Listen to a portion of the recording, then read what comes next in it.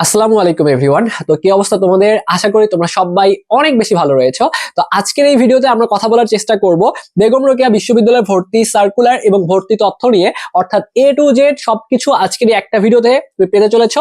তো 25-26 শিক্ষাবর্ষে যে আপডেট গুলো চলে আসছে, কোন সাবজেক্টে কিরকম কন্ডিশন রয়েছে, তোমার এইচএসসি পরীক্ষায় কিরকম কন্ডিশন রয়েছে, বা তোমার জিএসটি যে পরীক্ষাটা দিবে সেখানে কিরকম কন্ডিশন থাকতে পারে, সবগুলো বিষয় নিয়ে কথা বলার চেষ্টা করব। তোমরা এখনো যারা ভাইয়া আমাদের স্বপ্নের পাঠশালা সাবস্ক্রাইব করো নাই, একটু কষ্ট করে সাবস্ক্রাইব করে রাখতে পারো পরবর্তী সকল গাইডলাইন, সাজেশন, ক্লাস এভরিথিং পাওয়ার জন্য। তো প্রথমেই দেখো একটু করে যে বেগম রোকেয়া বিশ্ববিদ্যালয়ের মোট আসন সংখ্যা রয়েছে 1395টার মতো আসন সংখ্যা রয়েছে। এখানে তোমরা এ ইউনিট থেকে অ্যাপ্লাই করতে পারবা, বি ইউনিট থেকে অ্যাপ্লাই করতে পারবা, সি ইউনিট থেকেও অ্যাপ্লাই করতে পারবা। প্রতিটা ইউনিটের জন্য পর্যাপ্ত পরিমাণ এখানে আসন সংখ্যা রয়েছে। আচ্ছা, এবং যদি একটু বিশ্ববিদ্যালয়ের একটু কথাবার্তা বলি, যে এই বিশ্ববিদ্যালয় স্থাপিত হয় 2008 সালে স্থাপিত হয়, একদম রংপুর শহরের প্রাণকেন্দ্রে অবস্থিত, এবং এই ক্যাম্পাসটা হচ্ছে প্রায় 75 একর জায়গা জুড়ে অবস্থিত। এখানে ছেলেদের জন্য 2টা হল রয়েছে এবং একই সাথে মেয়েদের জন্য 2টা হল রয়েছে। ওকে, তো আমরা A unit, B unit, C unit 3টে ইউনিট নিয়ে কথা বলার চেষ্টা করব। তো এ ইউনিটে তোমার সব মিলিয়ে আসন সংখ্যা রয়েছে 716টা, এবং এই এ ইউনিট হচ্ছে যারা বিজ্ঞানের শিক্ষার্থী তারা তোমরা এখানে অ্যাপ্লাই করতে পারবা, এবং মানবিক এবং বাণিজ্য বিভাগের শিক্ষার্থীদের জন্য কিছু আসন রয়েছে। ঠিক আছে, তোমরা চাইলে এখানে অ্যাপ্লাই করতে পারবা, সবগুলো সাবজেক্ট না, একটা বা 2টা সাবজেক্টের জন্য তোমরা এখানে অ্যাপ্লাই করতে পারবা। তো এখানে যে অনুষদগুলো রয়েছে, এখানে বিজ্ঞান অনুষদ রয়েছে, প্রকৌশল ও প্রযুক্তি অনুষদ রয়েছে, জীব ও ভূবিজ্ঞান অনুষদ রয়েছে। তো এই 3টা অনুষদ রয়েছে বিজ্ঞান, অর্থাৎ তোমার এই ইউনিটের আন্ডারে। তো এই যে বিজ্ঞান রয়েছে, বিজ্ঞানে তোমাদের হচ্ছে গণিত সাবজেক্টটা রয়েছে, এরপরে পদার্থবিজ্ঞান রয়েছে, রসায়ন রয়েছে, পরিসংখ্যান রয়েছে। তাহলে এই কয়েকটা সাবজেক্ট, গণিত, পদার্থ, রসায়ন, পরিসংখ্যান, এগুলো নিয়ে তুমি যদি পড়তে চাও, তাহলে তোমাকে জিএসটি যে পরীক্ষাটা তুমি দিবা, এই জিএসটি পরীক্ষায় তোমাকে ম্যাথ অবশ্যই উত্তর করতে হবে। এরকম কোনো কন্ডিশন বলে নাই যে ম্যাথে তোমাকে 5 পাইতে হবে বা ম্যাথে 6 পাইতে হবে, এরকম কোনো কন্ডিশন তারা বলে নাই। শুধুমাত্র বলছে যে জিএসটি পরীক্ষায় তোমাকে ম্যাথ উত্তর করলেই হবে। তারপরে ম্যাথ যদি উত্তর করো, তাহলে তুমি এই সবগুলো সাবজেক্ট নিয়ে পড়ার সুযোগ লাভ করবা। এরপরে প্রকৌশল ও প্রযুক্তি অনুষদের মধ্যে তোমাদের সিএসসি এবং ট্রিপলি সাবজেক্টটা রয়েছে। এই 2টা সাবজেক্ট নিয়ে পড়ার জন্য তোমার এইচএসসির মধ্যে শুধুমাত্র ম্যাথ উত্তর করলেই হবে। ওকে, আচ্ছা, এরপরে জীব ও ভূবিজ্ঞান, এখানে তোমার ভূগোল ও পরিবেশ বিদ্যা, পরিবেশ বিজ্ঞান এবং দুর্যোগ ব্যবস্থাপনা, এই 2টা সাবজেক্ট কিন্তু রয়েছে। এখানে কোনো আলাদাভাবে কন্ডিশন দেওয়া নাই। তো তোমরা যারা এ ইউনিটের জন্য শুধুমাত্র জিএসটি কে টার্গেট করে একটা প্রিপারেশন নিতে যাচ্ছ, তার জন্য বেস্ট অপশন হইতে পারে জিএসটি হান্টার্স 4.0। এখানে মেইন টার্গেট থাকবে যে গুচ্ছতে তুমি কিভাবে টপ পজিশন করতে পারো, গুচ্ছের বিভিন্ন যে ইউনিভার্সিটি গুলো রয়েছে, যে 19টা বিশ্ববিদ্যালয় রয়েছে, এইগুলার পোস্ট অ্যানালাইসিস করে এ টু জেড তোমাকে পড়িয়ে দেওয়া হবে।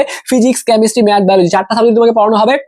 আমাদের সম্পূর্ণ নতুন ব্যাচে ক্লাস শুরু করতেছি 8 ডিসেম্বর 2025 থেকে। তো এই যে যারা 8 ডিসেম্বর 2025 আগে ভর্তি হবা, তারা আমাদের 2500 টাকার কোর্স মাত্র 1020 টাকায় পেয়ে যাবা। ভর্তি হওয়ার জন্য আমাদের যে হোয়াটসঅ্যাপ নাম্বারটা এখানে দেওয়া রয়েছে 01317132318, আমাদের এই নাম্বারে হোয়াটসঅ্যাপে একটা মেসেজ করে আমাদের সাথে কথা বলে ভর্তি হয়ে যেতে পারো, অথবা আমাদের এই নাম্বারেই বিকাশে, রকেটে অথবা নগদে যে কোনো একটা মাধ্যমে 1020 টাকা সেন্ড মানি করবা। সেন্ড মানি করে এই নাম্বারে একটা মেসেজ করবা যে ভাই আমি টাকা পাঠাইছি, আমাকে জিএসটির ব্যাচে অ্যাড করে দেন, তোমাকে সুন্দর মতো অ্যাড করে দেওয়া হবে। তো এটা হচ্ছে সম্পূর্ণ নতুন একটা ব্যাচে আমরা ক্লাস শুরু করবো। যারা ভর্তি যাচ্ছ কথা বলে ভর্তি হয়ে যেতে পারো। তো এবার আসো আমরা একটু করে বি ইউনিট নিয়ে কথাবার্তা বলি। তো বি ইউনিটে তোমাদের যে অনুষদগুলো রয়েছে, সেখানে তোমাদের কলা অনুষদ রয়েছে, সামাজিক বিজ্ঞান অনুষদ রয়েছে, এবং তোমাদের এই 2টা অনুষদ রয়েছে। এই 2টা অনুষদের আন্ডারে দেখো, কলা অনুষদের আন্ডারে বাংলা সাবজেক্ট রয়েছে, ইংলিশ রয়েছে, এবং ইতিহাস ও প্রত্নতত্ত্ব রয়েছে। তো এই যে তোমার এই কয়েকটা সাবজেক্টের মধ্যে শুধুমাত্র ইংলিশ সাবজেক্ট নিয়ে পড়তে গেলে তোমার কন্ডিশন আছে, শর্ত আছে। কিরকম? যারা এ ইউনিট থেকে পরীক্ষা দিবা তাদের ইংলিশের মধ্যে 10 পাওয়া লাগবে, যারা বি ইউনিট থেকে পরীক্ষা দিবা তাদেরও 10 পাওয়া লাগবে। আবার যারা সি ইউনিট থেকে পরীক্ষা দিবা, শুধুমাত্র এই ইংলিশ সাবজেক্টের মধ্যে তোমাকে এই 10, তারপরে বি ইউনিট থেকে 10, সি ইউনিট থেকে 5 নাম্বার পাওয়া লাগবে। এরপর যারা সামাজিক বিজ্ঞান থেকে পরীক্ষা দিবা, তাহলে দেখো ইকোনমিক্স সাবজেক্টটা রয়েছে।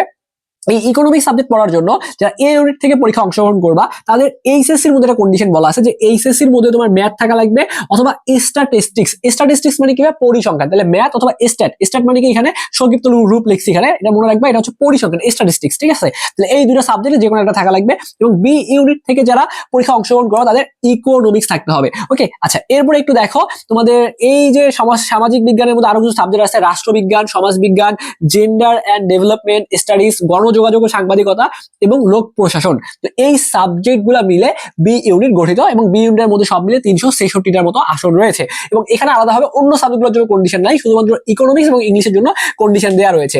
এরপর যদি ইংলিশ নিয়ে এরপর যদি সি ইউনিট নিয়ে কথা বলি, সি ইউনিটের মধ্যে তোমাদের 313টার মতো আসন সংখ্যা রয়েছে।